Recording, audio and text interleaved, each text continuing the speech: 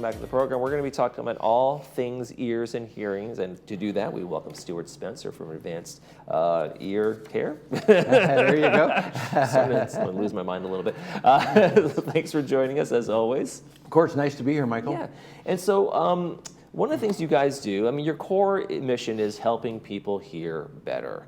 And what are some of the things you do in terms of the new technology or the assessments you do? When someone walks into your office, what's the 1, 2, 3s of going into the center? Boy, it depends on, exactly what we're trying to accomplish, but of course, we always want to make sure they're hearing the best they can, and, we do that, through technology, right? And then we have a process called a verified best hearing process that we'll be doing in our clinic, August 6th, actually, where people can come in with their existing hearing aids, and we can test them, with word tests and see exactly, what percentage of words they're getting right or wrong. Now, should people be afraid of the new technology? Is it making things harder or simpler? I mean, because, the technology in your phone, like most people, I don't know what half these apps do kind of thing. So what happens when you put it in your ear? Yeah, we really get that a lot, and of course, with the age bracket we're looking at, people seem to really embrace it or are afraid of it, Okay. And so now, what's so fantastic is basically, people can just put on the hearing aids, wear them, and hear better. They're faster, smarter with all the artificial intelligence. It's all digital algorithms. So once we can break those sounds out, we can manage them. And so people are just putting them on, wearing them, hearing better in noise. And I mean, it's just fantastic. So the AI can distinguish between maybe the air conditioner we have running overhead right now and you and I talking, and it can help cancel that kind of stuff out? Or is that what's going on with the AI? That's right. That's right. It looks for speech and quiet, noise, machine noise, wind noise. What's fascinating is you can hear wind noise outside, right, and it won't cancel it, but if it comes across the microphone, it'll cancel it. Okay. I mean, so they're getting pretty sharp, with the way they're managing all these sounds, and it really makes a big impact because, small changes make a big difference with hearing clarity. And so in those noisy situations, this technology works fantastic. Now, I have the ability, in my ears, as we all do, to not focus on the other things going around and focus just on what you and I are talking about right here, focus on your voice. Do we lose that as we get older, as our hearing kind of starts to, degenerate a little bit? Yeah, it's a great point, Michael. That's exactly what happens. So everything just seems to blur together, and people have a real hard time pulling that speech out of the noise.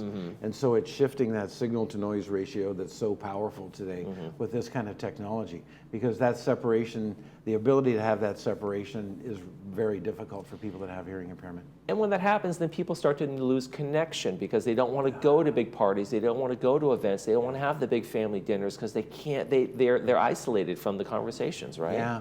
So one of two things happen, right? They're really frustrated or they're embarrassed because they'll start to say something that's already been talked about or something that's totally irrelevant to the conversation. Right. And so they just get embarrassed, or they're just frustrated. They're trying and trying.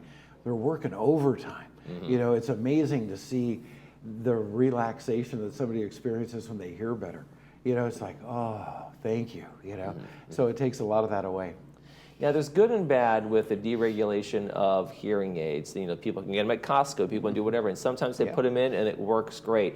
But if people are like, this off-the-shelf thing isn't quite working for me, what can you guys do for them? Yeah, we see a lot of that now. It's been really exciting, frankly. People say, oh, well, isn't that affecting? It's like, no, people still need to hear better. Right. And when they wear those products, they know they're not, or they're sore, or they're squealing, or whatever it is. So, what we're offering is people to come in and trade in those hearing aids. Okay. And we'll give them a discount on something that works a lot better, it's more appropriate for them, and really analyze exactly what their personal needs are, and really develop a product and a fitting that really works well for them. Now, is there a big difference in affordability with the stuff off the shelf and going to professionals and doing that? Today it's remarkable. We have great technology at all price points. We have the top of the line stuff. A lot of people don't need that. Right. They can have a medium or even a lower tier type of technology and hear great. So this technology has really affected all those different levels. And of course, we handle all third parties, with insurance billings. And so, a lot of those insurance parties will provide hearing aids for them, or at least something towards those purchases. So we handle all that stuff for them. Okay.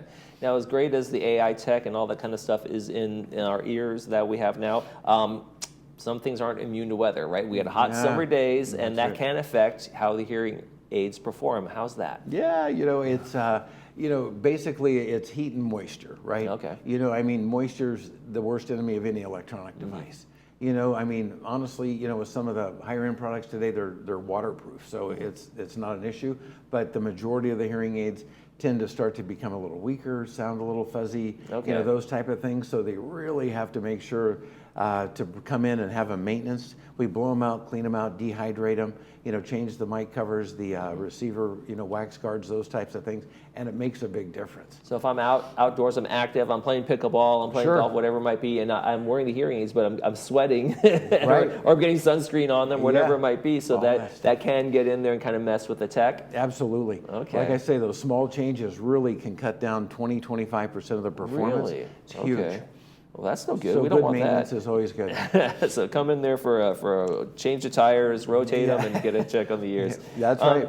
You guys put out a newsletter monthly, which I didn't know. You just sent it to me, and I was going through it. You guys have a lot of cool stuff in there, not the stuff we always talk about here. Right. You know, we've done this for 15 years, right? People love this newsletter. You know, we have fun stuff. You know, loony laws, we call it, you know, you can't put an ice cream cone in your pocket in Louisiana, you know, those type of silly things. But some real relevant things to hearing, and then just some historical, you know, perspectives on, you know, people that, you know, really made a relevant difference in the world. And just, you know, a lot of good articles, you know, what to do when you're traveling. You know, hand the bus driver a card saying this is the, you know, stop I want to get off at.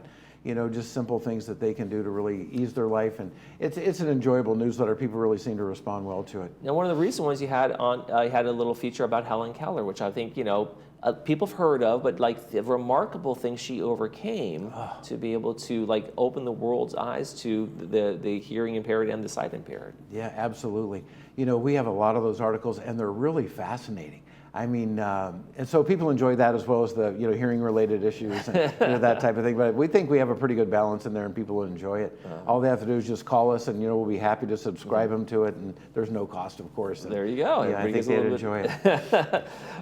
So when people walk into your office on what are the biggest complaints that people have now that maybe you weren't seeing 20 years ago? Because I know when I was growing up, you know, you had earphones on, but they weren't maybe as loud, or they didn't go into your ears as much. And now, with the older adults or some of the younger people, they're really blasting in their ears, and they're really, you know, they're playing it loud that I can hear it, and that's in their ears. Do you see more hearing damage now than you did in the past? Oh, of course. You know, I mean, it's a noisy world. Yeah. You know, and we're seeing a lot more teen hearing loss. You know, it's not necessarily exclusively the loudness, of course that matters, but it's the longevity, you know, and they're wearing those things for hours and listening to loud music. That's a problem, causes a lot of hearing damage. You know, protect your hearing.